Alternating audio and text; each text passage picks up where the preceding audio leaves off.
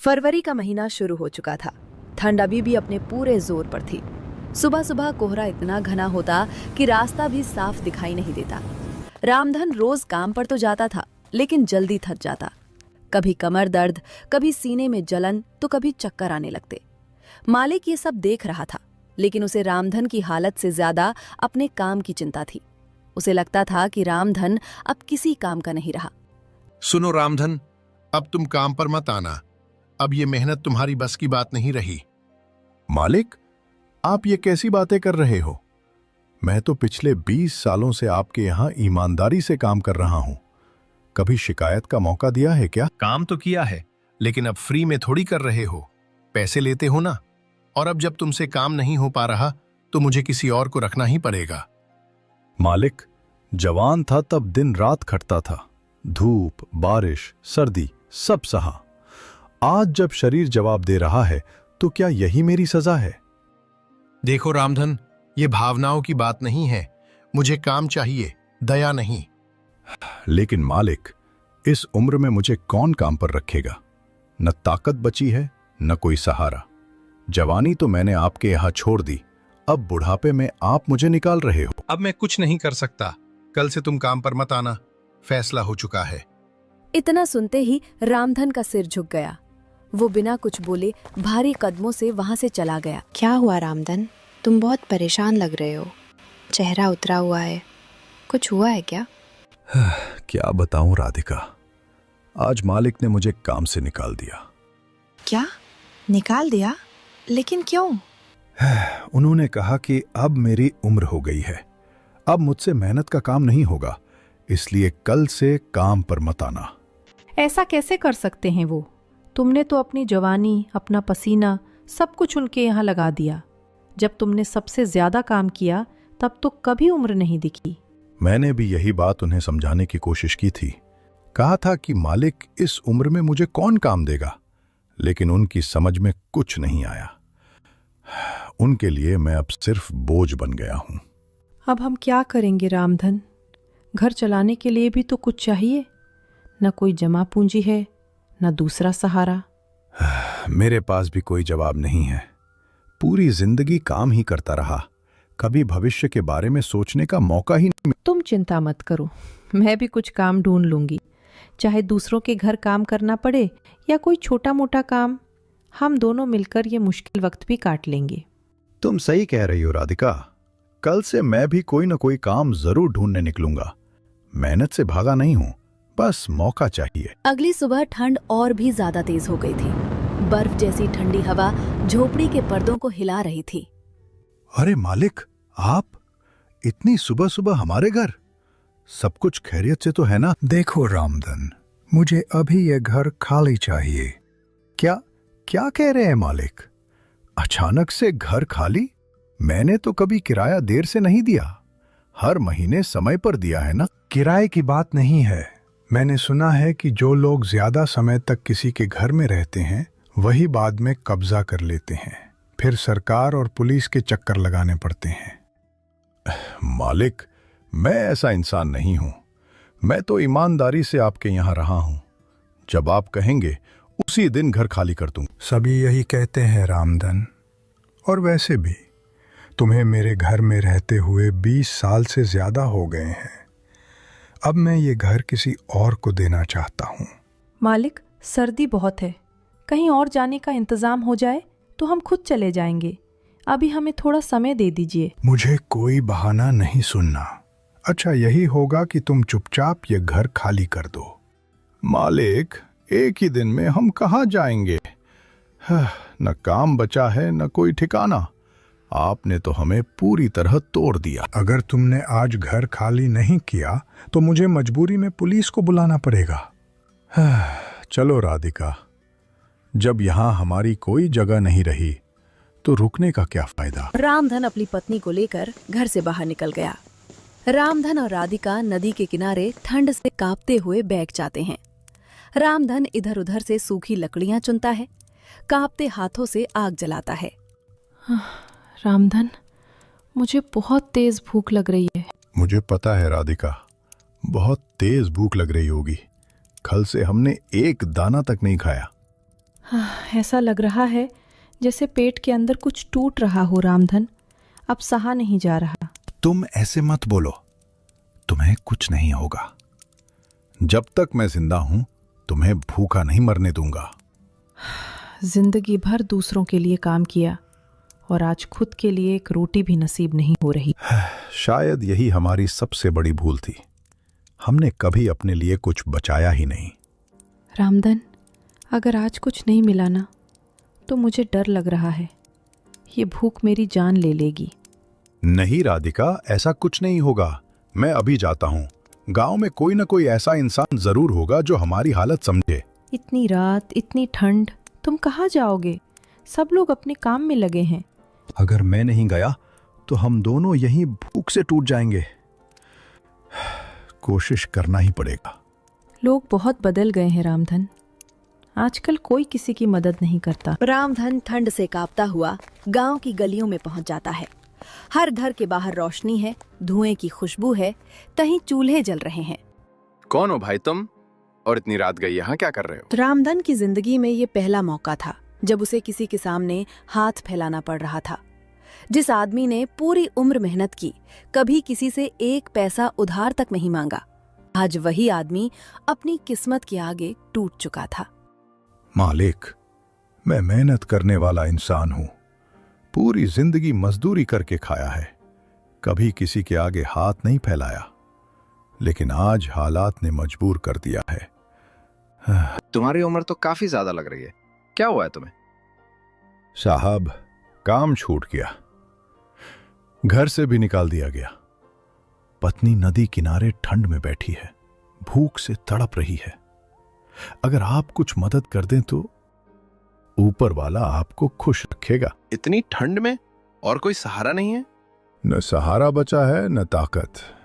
आज पहली बार भीख मांग रहा हूं साहब, अगर आप कुछ दे दो तो बहुत बड़ी मेहरबानी होगी। दुनिया बड़ी अजीब हो गई है, मेहनत करने वाले भूखे हैं और बेईमान आराम से जी रहे हैं। किसान ने उसके हाथ में 10 रुपए रख दिए। पहले घर से निकलने के बाद रामधन के कदम भारी हो चुके थे। थोड़ी दूर चलकर वो एक और घर के सामने। कौन है? इतनी रात को कौन परेशान कर रहा है? भाई साहब, मैं रास्ते से भटक गया हूं, अगर आप मुझे कुछ दे दें तो आपकी बहुत बड़ी मेहरबानी होगी। क्या मतलब कुछ दे दें? यहाँ क्यों आए हो? साहब, मैं बहुत मजबूर हो गया हूं, मेरी पत्नी भूख से तड़प रही है, हमारा कोई घर नहीं बचा, कोई ठिकाना नहीं है। अरे बस करो, आजकल तुम जैसे भिखारियों को रात में भी चैन नहीं है क्या? दिन हो या रात, जब देखो तब भीख मांगने आ जाते हो। साहब, मैं भिखारी नहीं हूं। सब यही कहते हैं, कोई कहता है पत्नी बीमार है, कोई कहता है बच्चा भूखा है, छोटी छोटी कहानियां बनाकर लोगों को फंसाते हो। साहब, कसम से कहता हूं, मैंने आज तक किसी के आगे हाथ नहीं फैलाया। जवानी से बुढ़ापे तक मेहनत ही की है, लेकिन आज किस्मत ने मुझे इस मोड़ पर खड़ा कर दिया है जहां इज्जत से ज्यादा पेट की आग जल रही है। ठीक है, हर कोई यही ड्रामा करता है। कुछ देर बाद वापस आया और रामधन के हाथ में 20 रुपए रखते हुए बोला, ये ले लो, लेकिन याद रखना दोबारा यहां दिखाई मत देना। गांव के कोने में बनी छोटी सी राशन की दुकान की तरफ बढ़ जाता है। रामधन राशन लेकर तेज कदमों से चलता हुआ नदी किनारे पहुंचता है। राधिका, देखो मैं खाना ले आया हूं, थोड़ा सा ही है लेकिन आज काम चल जाएगा। भगवान तुम्हारा भला करे रामधन, मुझे सच में बहुत ज्यादा भूख लग रही थी। राधिका रोटी का एक एक कौर बड़े मुश्किल से खाती है। रामधन, रोटी खाकर भी अजीब सा लग रहा है। क्या हुआ? ठीक से बैठो, शायद ठंड की वजह से होगा। नहीं रामधन, अब मेरी तबीयत बहुत ज़्यादा ख़राब हो चुकी है। मुझे लग रहा है कि मैं इस ठंड में ज़्यादा देर नहीं टिक पाऊंगी। ऐसी बातें क्यों कर रही हो? कुछ भी नहीं होगा, थोड़ी देर में आग की गर्मी लग जाएगी, सब ठीक हो जाएगा। तुम मुझे दिलासा दे रहे हो, लेकिन मेरा शरीर मेरा साथ नहीं दे रहा। बहुत थकान है, बहुत दर्द है। देखो राधिका, हिम्मत मत हारो, मैं कुछ न कुछ काम ढूंढ लूंगा। हम फिर से अपनी अच्छी जिंदगी जिएंगे जैसे पहले जीते थे। रामधन, इस उम्र में तुम्हें कौन काम पर रखेगा?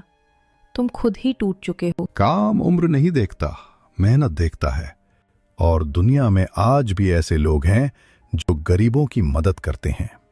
बस एक बात का अफसोस है, हमने पूरी जिंदगी मेहनत की, फिर भी ये दिन देखने पड़े। राधिका की आवाज धीमी पड़ जाती है, उसका शरीर ढीला हो जाता है और वह अचानक नीचे गिर जाती है।